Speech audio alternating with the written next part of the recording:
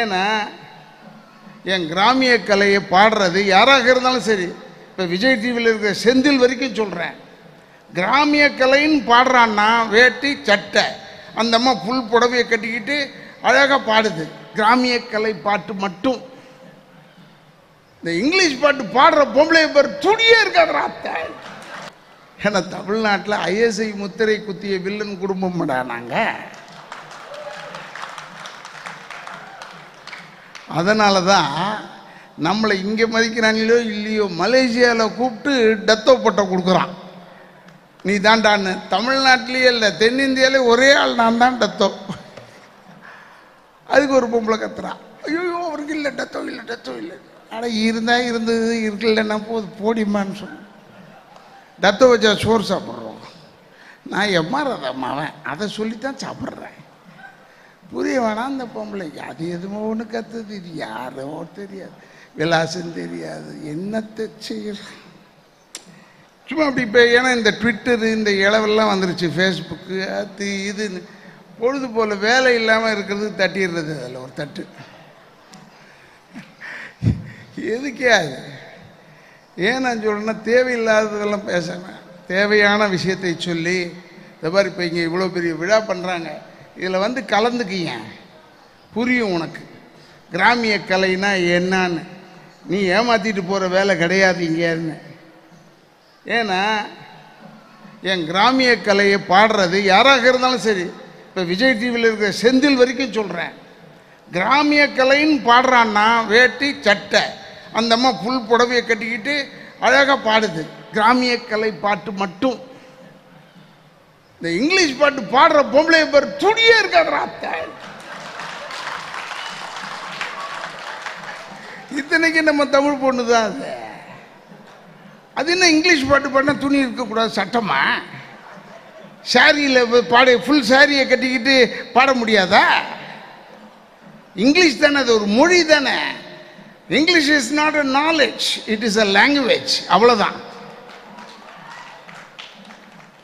சும்மா அந்த அந்த வராங்கன்னு உடனே எவ்வளோக்கு எவ்வளோ துணியை குறைச்சிக்கணுமோ குறைச்சிக்கிட்டு வந்து நின்னாதான் மரியாதையா. அதுதான் என் கிராமிய கலை. இன்னும் நம்ம வாழ்ந்துக்கிட்டு இருக்கிறது அதற்காகத்தான் வாழ்ந்து கொண்டு இருக்கிறோம். அதனால சொல்கிறேன், என் கிராமிய கலையில் இருக்கிறவங்க யாராவது இதை பற்றி சொன்னால், அவர் தப்பாக நடந்துக்கிட்டார் இவர் தப்பாக நடந்துக்கிட்ட யாராவது சொல்கிறாங்களா? சொல்ல மாட்டோம். ஏன்னா உடம்புல ஒரு பக்கமும் தெரியலையே, இதில் நிறைய தெரியுது. பார்க்குறவன் சும்மாவா பார்ப்பான். எப்போ முன்னேறது? பேசிக்காக என்ன தெரிஞ்சுக்கணுமோ. இவங்கெல்லாம் எதிர்க்க வந்திருக்காங்க. என்னை இந்த மேடையில் கூப்பிடலனாலும் நான் எம் ஆர் ராதா மகன் தான், வந்தாலும் எம் ஆர் ராதா மகன் தான். நாங்களாம் எதுக்கு வரோம்னா, இவ்வளோ பெரிய இயக்குநர்கள் இவங்கெல்லாம் வராங்கன்னா உங்களுக்காகத்தான் வருகிறார்கள். அதனால் சொல்லிக் கொள்கிறேன், நம்ம தமிழ் மக்களை ஏமாத்துறதுன்றது ரொம்ப ஈஸி. அம்மா கூட சொல்லும்போது சொன்னாங்க, 50 பேர் அடிக்கிறாங்க 100 பேர் அடிக்கிறாங்கன்னு. அதை அடித்தா தான் அவங்க எதிர்காலத்தில் தலைவர்களாக ஆக முடியும் தமிழ்நாட்டில். இது தலையெழுத்து. எதிர்த்து நின்று அடிப்பாங்களான்றது யாருமே கேட்க மாட்டாங்க கேள்வி. பாருங்களேன், பாலாபிஷேகம் பண்ணி ஒரு கட் அவுட் உழுவுற அளவுக்கு ஆயிடுச்சே நாட்டில். அது தவறல்ல, அவங்களுடைய வேகம்தான். 1.5 கிலோமீட்டருக்கு பேனர் கட்டுறோம், அதெல்லாம் பாராட்டுறதுக்குரிய விஷயம் தானே. சினிமா ஓடணும் இல்லை, கோடிக்கணக்கில் போட்டு செலவு பண்ணப்படும். இவங்க என்ன செஞ்சிட்டாங்கன்னா, இந்த 2 பிள்ளைங்களும் சின்ன படமாக ஒன்று நடுவில் எடுத்து அறிவான படத்தை எடுத்து ஓட வச்சிட்டாங்க. அதனால் ஒரே நாளில் அறிவு வந்துருமா மக்களுக்கு? வராது. நானும் இந்த மாதிரி கிராமிய கலைஞருடைய மகன்தான் சொன்னார் பாருங்க, நான் ரொம்ப பெருமைப்பட்டேன். ஏன் பெருமைப்பட்டேன்? நான் எங்கேயுமே சொல்லுவேன், நான் நாடகக்காரனுடைய மகன் தான் சொல்லுவேன்.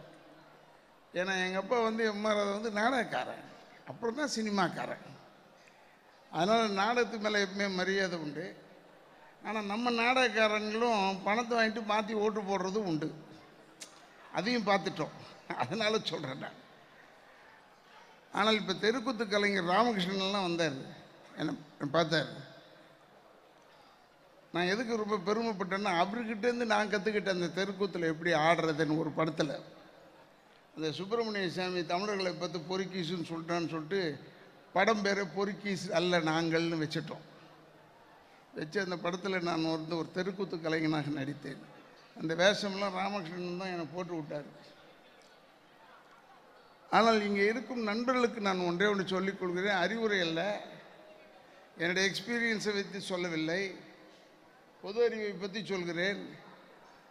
இங்கே வந்திருந்த இயக்குநர்களோ இல்லை வந்திருக்க பெரியவர்களோ பேசும் பொழுது நாம் அதை கேட்டுக்கொள்ள வேண்டும். செவிஞானம்தான் திராவிடத்தை வளர்த்தது, கேள்வி ஞானம்தான் திராவிடத்தை வளர்த்தது. இங்கே பாட்டுக்கு பேசிக்கிட்டு இருக்கிறாங்க, அங்கே பாட்டுக்கு அவங்க பேசிக்கிட்டு இருக்காங்க. அப்புறம் எப்படா நம்ம மக்கள் முன்னேறுவான்? இன்னும் 100 வருஷமானாலும் நம்ம தமிழ் மக்கள் இப்படித்தாங்க. நான் உதாரணத்துக்கு சொல்கிறேன், ஒரு பெரிய எழுத்தாளர் சங்கத்துக்கு நான் போயிருந்தேன் முந்தி, ஒரு 30 வருஷத்து கதையை சொல்கிறேன். அப்போ போயிருக்கும் போது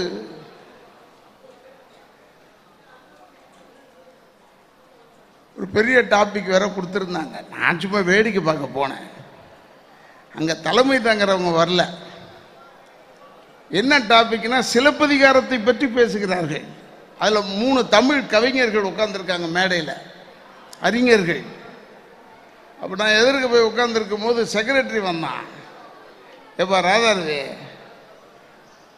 இந்த தலைமை தாங்கிறவங்க வரலப்பா, நீ கொஞ்சம் வந்துட்டு போயிடண்டான்னு சொன்னான்.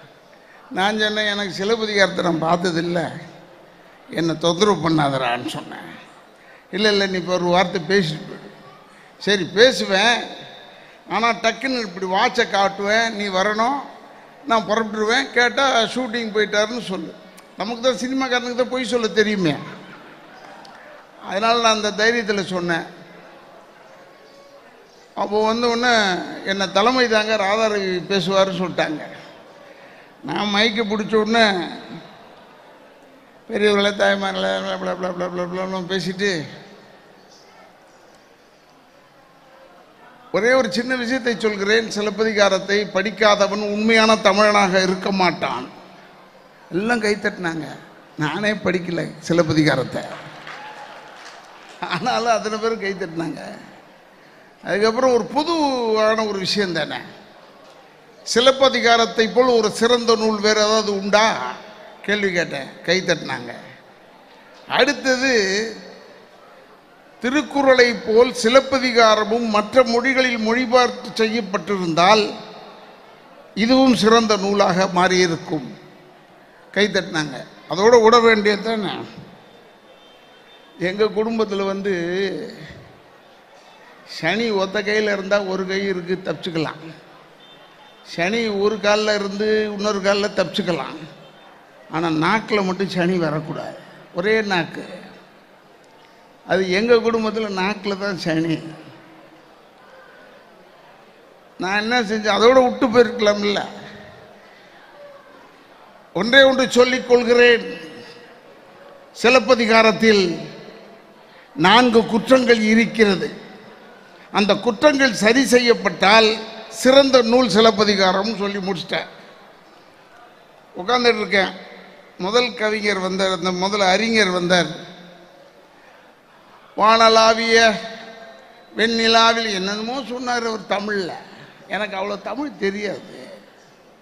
என்னடா வானலாவிய அப்படிலாம் சொல்கிறாருன்னு பார்த்தா, சுற்றி வளைச்சி சொந்தக்காரனாக இருக்கும் சூரியனாக இருக்கக்கூடிய ராதா ரவி அவர்களே, என் பேருக்கே 15 நிமிஷம் எடுத்துக்கிட்டான்.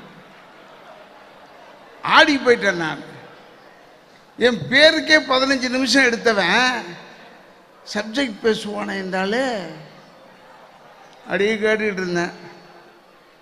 ஐயா, உமக்கு எப்படியா சிலப்பதிகாரம் படிக்க நேரம் கிடைத்தது? என்னடா இவன் நம்மளை பிடிக்கிறான். முள்ளமாக செக்ரட்டரியை கூப்பிட்டேன். அவன் வர்றதுக்குள்ளே அவன் சொல்கிறான், நீர் ஒரு குடும்பத் தலைவர், ஒரு இயக்கத்தின் பேச்சாளர், சினிமாவில் பல சங்கங்களுக்கு தலைவராக இருக்கக்கூடியவன். அப்படி இருக்கும் பொழுது உமக்கு எப்படி சிலப்பதிகாரம் படிக்க நேரம் கிடைத்ததுன்னு சொன்னான். உடனே கூப்பிட்டேன், வாடான், வாட்சை காட்டினேன், புறப்பட்டேன். ராதாரவி அவர்களே, நான் பேசுவதை கேட்டுவிட்டு செல்லவும் சொன்னான். அங்க முடிஞ்சுதுரா நம்ம கதை நினச்சிட்டு அப்படியே போய் உக்காந்தேன். அந்த வேர்த்து விறுவிறுத்து உருளுது தொடையில். அப்படியே பார்த்தேன். உமக்கு ஒன்றே ஒன்று சொல்லிக் கொள்கிறேன், படித்தால் சரியாக படியுங்கள், இல்லை என்றால் படிக்காதீர்கள். நான் படிக்கவே இல்லையே, என்னடா மாட்டிக்கிட்டோன்னு நினச்சி சொன்னா, அதில் மொத்தம் 6 பிழைகள் இருக்கிறது. அப்பாடா சாஞ்சி உக்காந்தேன். இவனும் நம்மளை மாதிரி படிக்காதவன் போல இருக்கு. எதுக்கு இதை சொன்னா, நம்ம தமிழர்களை ஏமாத்துறது ஈஸியா, ரொம்ப சுலபம்.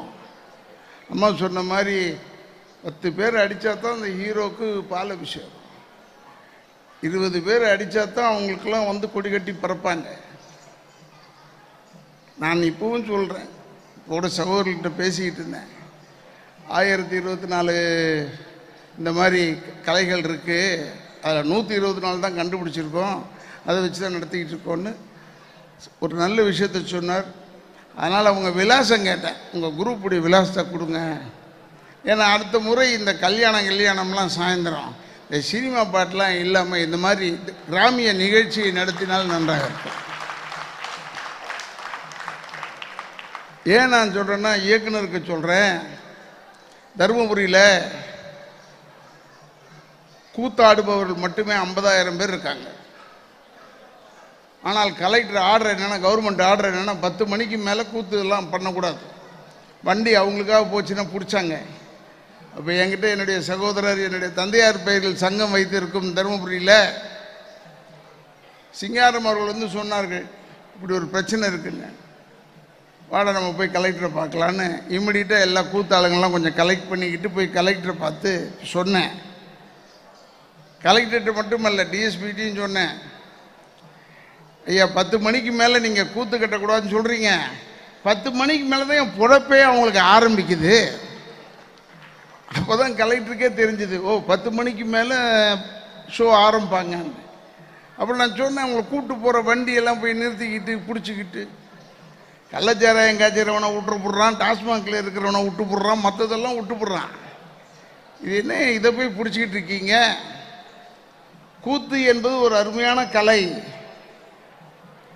நான் சொல்லலை, ஐயா அப்துல் கலாம் அப்போ ஜனாதிபதியாக இருந்தார், போய் அவருடைய மாளிகையில் போய் பாருங்க, கூத்துன்னு இவ்வளோ பெரிய புஸ்தகம் இருக்குது, அதை அவர் படிக்கிறார். அப்போ கூத்து எவ்வளோ முக்கியமானதுன்னு தெரிந்து கொள்ளுங்கள்னு சொன்னேன். அதெல்லாம் சண்டை போட்டோன்னா அப்போ தான் விட்டு கொடுத்தாங்க. சரி, ஒரு 2 மணி வரைக்கும் நடத்துங்க. ஐயோ 2 மணிக்கு தான் ஏன் இன்டர்வலே வரும், 4 மணி ஆகும் ஏன் முடியறதுக்கு, 5 மணி ஆகும் ஏன், விடிய விடிய பண்ணாதான் ஏன் கூத்து அப்படின்னு சொன்னேன். எப்படி இப்போ ஜல்லிக்கட்டுக்கு ஒரு பெரிய போராட்டம் பண்ணார்கள் இளைஞர்கள், அந்த உணர்வை பாராட்டுகிறேன். அவங்க வேற ஆங்கிளில் பண்ணாங்க. ஜல்லிக்கட்டு என்பது தமிழுடைய வீர கலாச்சாரம். இன்னொரு விஷயம் வச்சுங்க, ஒவ்வொரு ஊர்லேயுமே சாமி கும்பிட்டுட்டு ஜல்லிக்கட்டு வைப்பதே மழை பெய்ய வேண்டும் என்பதற்காக. நம்மளுடைய எண்ணங்களை அவங்க சொல்வதற்கு விட மாட்டாங்க. ஏன் நான் சொல்றேன்னா, ஜல்லிக்கட்டு தெரியாதவன் மேல உட்கார்ந்துருக்கான், ஜல்லிக்கட்டை பார்க்காதவன் மேல உட்கார்ந்துருக்கான். அவன் ஊர்ல எருமை மாடை விடுறான், அதை விட்டுக்கிறான். நம்ம ஊர்ல பண்ற ஜல்லிக்கட்டை நிறுத்துறான். அதற்காக சொல்றேன், இதெல்லாம்